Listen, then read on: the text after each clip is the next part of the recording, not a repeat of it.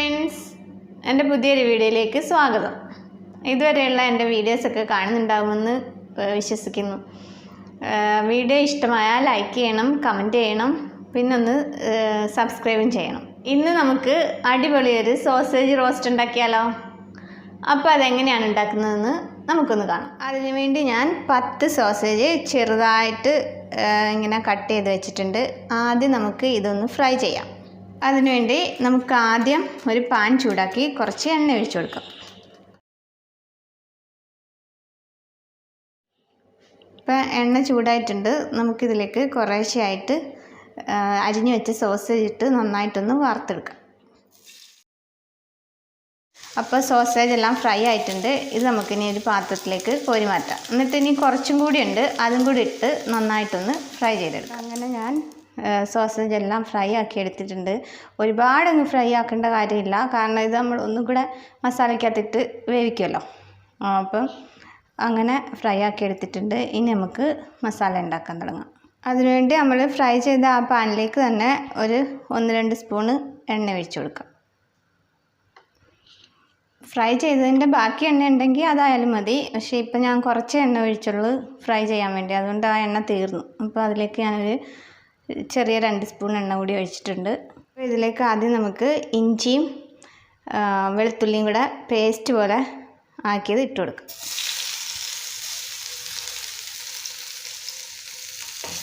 ഇത് ഓരോ സ്പൂൺ വീതം ഞാൻ ഇട്ടിട്ടുണ്ട്. ഇതിലേക്ക് ഇനി നമുക്ക് ഞാൻ 2 സവാള കുറച്ച് അത്യാവശ്യം വലിപ്പമുള്ളത് നേരിയതായിട്ട് അരിഞ്ഞിട്ടുണ്ട്, അതും കൂടി ഇട്ട് കൊടുക്കാം. അത് നന്നായിട്ടൊന്ന് വഴറ്റി കൊടുക്കാം. ഇപ്പോൾ സവാളയുടെ കളറൊക്കെ മാറി വരുന്നുണ്ട്. നമുക്കിതിലേക്ക് പച്ചമുളകും കറിവേപ്പിലയും കൂടി ഇട്ട് കൊടുക്കാം. ഞാൻ 2 പച്ചമുളക് എടുത്തിട്ടുള്ളത്, കാരണം ഇതിനകത്ത് കുരുമുളകൊക്കെ ഇടുന്നുണ്ട്. അപ്പം അത്യാവശ്യം എരി ഉണ്ടാവും. എരിവ് കൂടുതൽ വേണമെന്നുള്ളവർക്ക് 3 പച്ചമുളകോ എത്ര വേണമെങ്കിലും ആവശ്യത്തിനിടാം. നമുക്കിതിലേക്ക് ഇനി കറിവേപ്പിലയും കൂടി ഇട്ട് കൊടുക്കാം. കറിവേപ്പില എനിക്ക് ഒരു ഇംഗ്ലീഷുകാരിയുടെ ഫ്ലാറ്റിൽ നിന്ന് ഫ്രഷ് ആയിട്ടുള്ളത് കിട്ടിയിട്ടുണ്ട്. അപ്പോൾ ഇത് നമുക്ക് ഇടാം. ഇവിടെ കറിവേപ്പിലയൊക്കെ ഫ്രഷ് ആയിട്ട് കിട്ടാൻ കുറച്ച് പാടാണ്. അപ്പം ഇംഗ്ലീഷുകാരിയുടെ വീട്ടിലൊരു കറിവേപ്പ് മരമുണ്ട്. അപ്പോൾ അവിടെ നിന്ന് എൻ്റെ ഹസ്ബൻഡ് കൊണ്ടുവന്നതാണ്. ഇനി ഇപ്പം നന്നായിട്ടൊന്ന് വഴറ്റി കൊടുക്കാം. ഉള്ളി നന്നായിട്ട് വഴലണം. അപ്പോൾ സവാള പെട്ടെന്ന് വഴണ്ട് കിട്ടാൻ വേണ്ടി നമുക്ക് കുറച്ച് ഉപ്പിടാം. ഉപ്പിടുമ്പം നോക്കിയിട്ടിടണം, കാരണം സോസേജിൽ കുറച്ച് ഉപ്പുണ്ട്. അതുകൊണ്ട് കുറച്ച് ഉപ്പിട്ടാൽ മതി, സവാള ഇന്ന് പെട്ടെന്ന് വഴണ്ട് കിട്ടാൻ വേണ്ടി. അപ്പോൾ സവാള നന്നായിട്ട് വഴണ്ടിട്ടുണ്ട്. ഇനി ഇതിലേക്ക് നമുക്ക് മസാലപ്പൊടികൾ ഇട്ട് കൊടുക്കാം. അതിനുവേണ്ടി ഒരു വലിയ ടേബിൾ സ്പൂൺ മുളക് പൊടി കാശ്മീരി മുളക് പൊടിയാണ്. അതുകൊണ്ട് വലിയ എരിവൊന്നും ഉണ്ടാവില്ല. അതുകൊണ്ട് 1-1.25 സ്പൂണൊക്കെ ഇടാം. നല്ലൊരു കളറുണ്ടാകും. അതുപോലെ തന്നെ നമുക്ക് 1 ടേബിൾ സ്പൂണോളം മല്ലിപ്പൊടി ഇട്ട് കൊടുക്കാം. ഒരു 3/4 സ്പൂൺ ഗരം മസാലപ്പൊടി ഇട്ട് കൊടുക്കാം. 1/4 ടീസ്പൂൺ മഞ്ഞൾപ്പൊടി ഇട്ട് കൊടുക്കാം. എല്ലാം കൂടെ നമുക്ക് നന്നായിട്ട് ഇതിൻ്റെ ഒന്ന് പച്ച ചുവ മാറുന്നിടം വരെ നന്നായിട്ട് വഴറ്റി കൊടുക്കാം. ഇപ്പോൾ ഇത് നന്നായിട്ട് ഇതിൻ്റെ പച്ചമണമൊക്കെ മാറിയിട്ടുണ്ട്. ഇതിലേക്ക് നമുക്കൊരു മീഡിയം സൈസ് തക്കാളി ചെറുതായിട്ട് അരിഞ്ഞത് ഇട്ട് കൊടുക്കാം.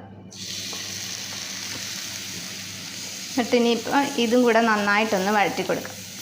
ഇത് തക്കാളി ഒന്ന് നമുക്കൊന്ന് അടച്ച് വെച്ച് കൊടുക്കാം. അപ്പോൾ ഇത് നന്നായിട്ട് വഴണ്ട് വെന്ത് ഇതിലോട്ട് നന്നായിട്ട് യോജിച്ച് വരും. അതിനു വേണ്ടി നമുക്കൊരു 1-2 മിനിറ്റത്തേക്ക് അടച്ച് വെച്ച് കൊടുക്കാം. ഇപ്പോൾ 1-2 മിനിറ്റ് ആയിട്ടുണ്ട്. തക്കാളി എല്ലാം നന്നായിട്ട് വഴണ്ടിട്ടുണ്ട്. ഇനി ഇതിലേക്ക് നമുക്ക് സോസേജ് ഇട്ട് കൊടുക്കാം.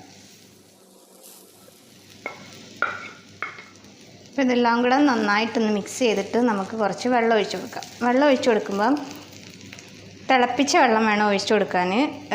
പച്ചവെള്ളം ഒഴിച്ചു കൊടുത്താൽ ഈ കറിയുടെ ടേസ്റ്റ് തന്നെ അങ്ങ് മാറിപ്പോവും. കറിക്കൊരു പച്ചവെള്ളത്തിൻ്റെ ചുവയുണ്ടാവും. നമുക്കതുകൊണ്ട് ചൂടുവെള്ളം ഒരു 1/2 കപ്പോളം ഒഴിച്ചു കൊടുക്കാം. ഇനി ഇതൊരു ചെറിയ തീയിലിരുന്ന് ഒരു 5 മിനിറ്റ് ഇതൊന്ന് വേവട്ടെ. മസാലയൊക്കെ ഒന്ന് പിടിക്കണമല്ലോ, അതിനുവേണ്ടി നമുക്ക് അടച്ചു വെച്ച് കൊടുക്കാം. അപ്പോൾ അങ്ങനെ 5 മിനിറ്റ് ആയിട്ടുണ്ട്. നമുക്കൊന്ന് തുറന്ന് നോക്കാം. അങ്ങനെ നമ്മുടെ സോസേജ് എല്ലാം വെള്ളമെല്ലാം വറ്റി റെഡി ആയിട്ടുണ്ട്. പക്ഷേ കഴിഞ്ഞിട്ടില്ല. നമുക്കിതിലേക്ക് 1-2 സാധനങ്ങളും കൂടെ ചേർക്കാനുണ്ട്. ചേർക്കേണ്ടത് എന്തൊക്കെയാണെന്ന് പറയാം. ഇതിലേക്ക് നമുക്കൊരു 1/2 സ്പൂൺ കുരുമുളക് പൊടി ചേർക്കണം. കുരുമുളകും അവരവരുടെ എരിക്കനുസരിച്ച് ചേർക്കാം. ഇനി ഇതിലേക്ക് നമുക്ക് ഒരു വലിയ സ്പൂൺ ടൊമാറ്റോ കെച്ചപ്പ് കൂടി ഇടണം. അപ്പോൾ എന്നിട്ട് ഇതിനി നന്നായിട്ടൊന്ന് മിക്സ് ചെയ്ത് കൊടുക്കാം. നല്ല അടിപൊളി സോസേജ് റോസ്റ്റ് ആയിട്ടുണ്ട്. ഇതിലേക്ക് നമുക്കിനി കുറച്ച് മല്ലിയിലയും കൂടി ഇട്ട് കൊടുക്കാം.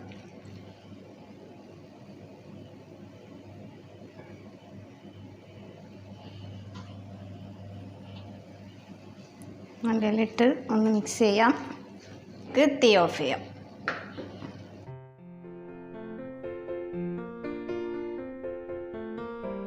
നമ്മുടെ സോസേജ് റോസ്റ്റ് റെഡി ആയിരിക്കുകയാണ്. നല്ല അടിപൊളി ടേസ്റ്റാണ്. ചപ്പാത്തിയുടെ കൂടെ വേണമെങ്കിലും, അപ്പത്തിൻ്റെ കൂടെ വേണമെങ്കിൽ, ബ്രെഡിൻ്റെ കൂടെ, ചോറിൻ്റെ കൂടെ, എന്തിൻ്റെ കൂടെ വേണമെങ്കിലും നല്ലൊരു കോമ്പിനേഷനാണ്. നല്ല എരിവുമുണ്ട്, നല്ല അടിപൊളി ടേസ്റ്റുമാണ്. ഒരിക്കലെങ്കിലും ഇങ്ങനെയൊന്ന് എല്ലാവരും ഒന്ന് ട്രൈ ചെയ്ത് നോക്കണം. എല്ലാവർക്കും ഇഷ്ടമാവും. അപ്പം ഇതുവരെ വാച്ച് ചെയ്ത എല്ലാവർക്കും താങ്ക് യു. അടുത്തൊരു അടിപൊളി വീഡിയോയിലൂടെ വീണ്ടും കാണാം. അതുവരേക്കും ബായ്.